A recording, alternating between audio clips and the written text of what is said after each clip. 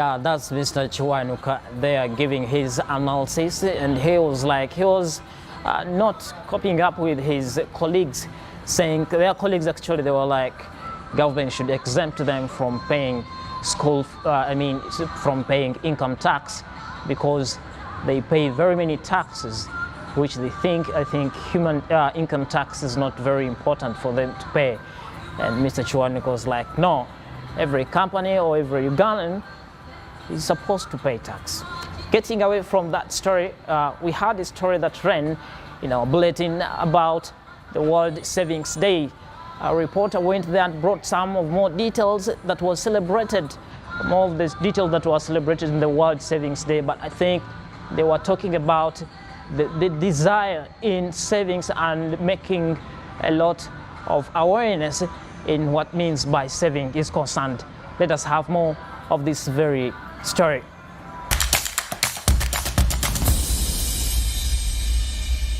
Financial literacy is the vehicle we're using. So today we are training journalists to know how to manage their own resources. That if I get a little money, how do I use it to be able to sustain myself tomorrow? When I have medical needs in future, where do I go to? We are saying that the responsibility of your financial needs is yours and yours alone. Don't look at someone else on the outside. Look at yourself. Ask yourself. Financial literacy is the capacity to comprehend and apply a range of financial competencies such as personal financial management, budgeting, savings, loans management, and investment. To be able to handle money effectively while taking into account one's economic and social conditions, one must possess the knowledge, abilities, and confidence to do so.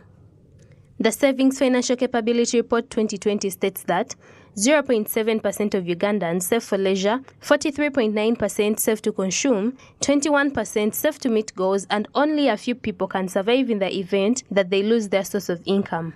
One of the statistics we have shared today is that only 8.6% of adults in Uganda can sustain their lives in the event that they lost their source of employment.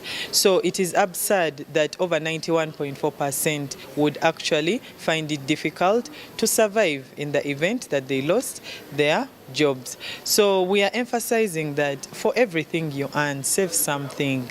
Save a portion of all the income you are blessed to receive. That said, we are emphasizing the issue of save first before you spend. So according to the Uganda National Household Survey 2019-2020, 80.7% admitted that they save to start their own businesses, 19.3% used their savings to grow their businesses, and 51.5% cited a lack of finance as a key challenge to business growth. As World Savings Day draws near, Bank of Uganda is also taking the initiative to inform and empower the general public on savings. So this is the period where we really emphasize the aspect of saving.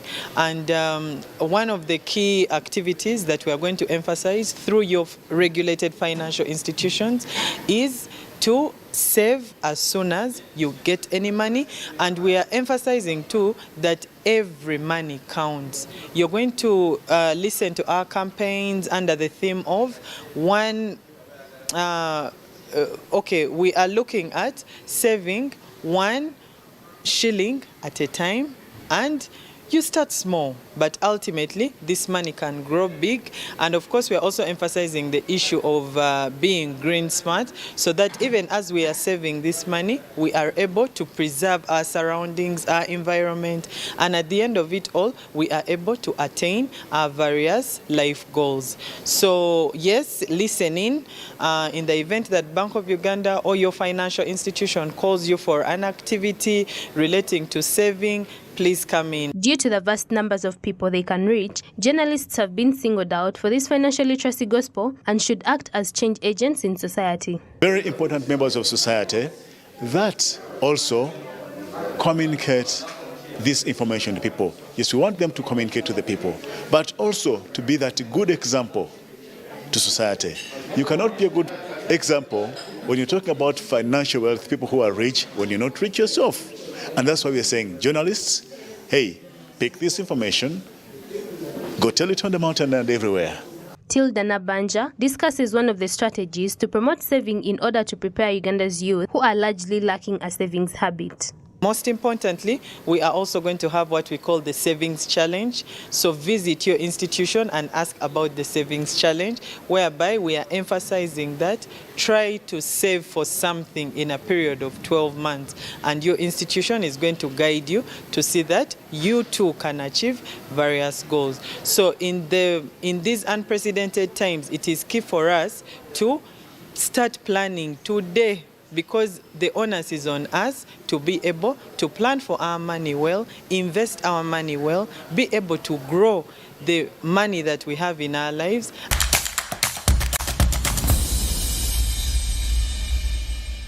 Yeah, this is all about the World Savings Day. You see, savings is very important. Sometimes you have to know that and have faith in the banking sector, that every time you go to the bank, save your money there, you should have faith with it.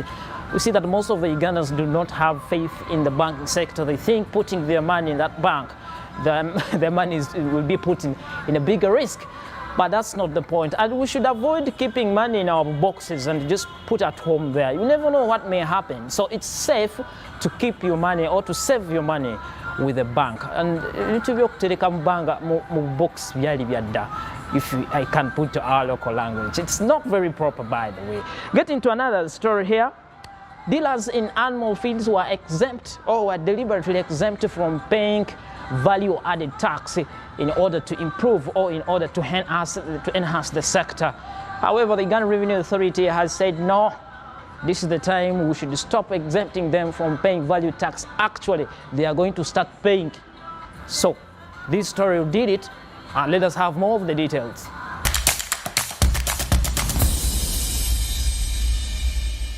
The Uganda Revenue Authority has announced that they would begin charging feeds that are imported into Uganda in the form of concentrates. This is basically on the assumption that feeds are neither specifically specified in the VAT Act nor in the list of goods that are subject to a zero rate under the East African Community Common Tariff Handbook.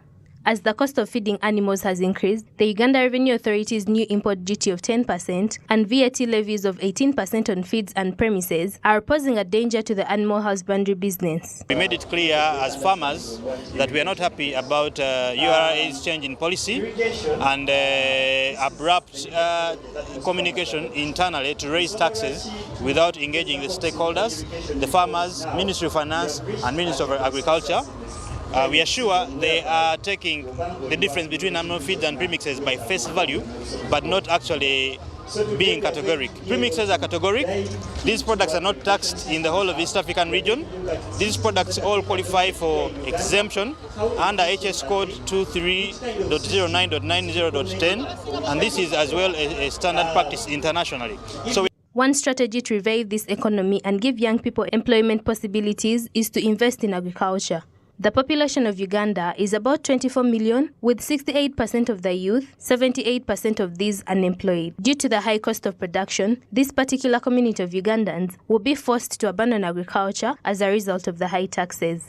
So they are affected because some of the youth, yes, we teach them how to be compliant, to make sure that their businesses are registered and they are paying taxes. But you find some of the youth want to do some of the things that don't attract taxes.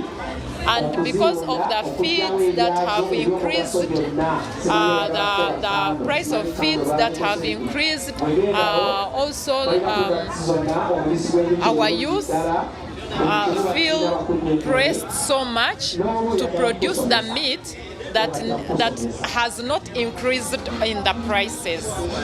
So we would want that at least we want to pay taxes, but let them be reduced.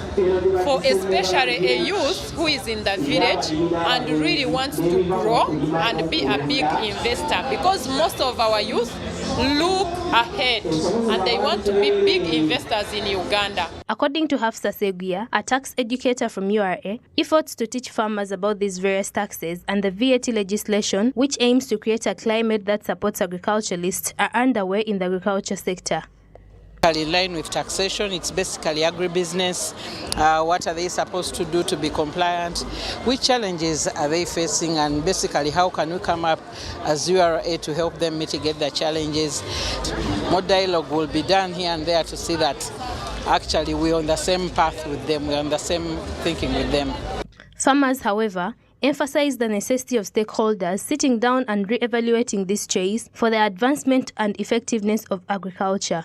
So we are calling upon URA to engage finance, to engage Parliament on what they intended to achieve in exempting VAT from inputs used in making animal feeds, because I know the spirit of the law was to support the subsector to become more fruitful, to improve competitive production of chicken, piggery and all these animal products, which has actually increased our exports rather than the imports we were actually having before 2017.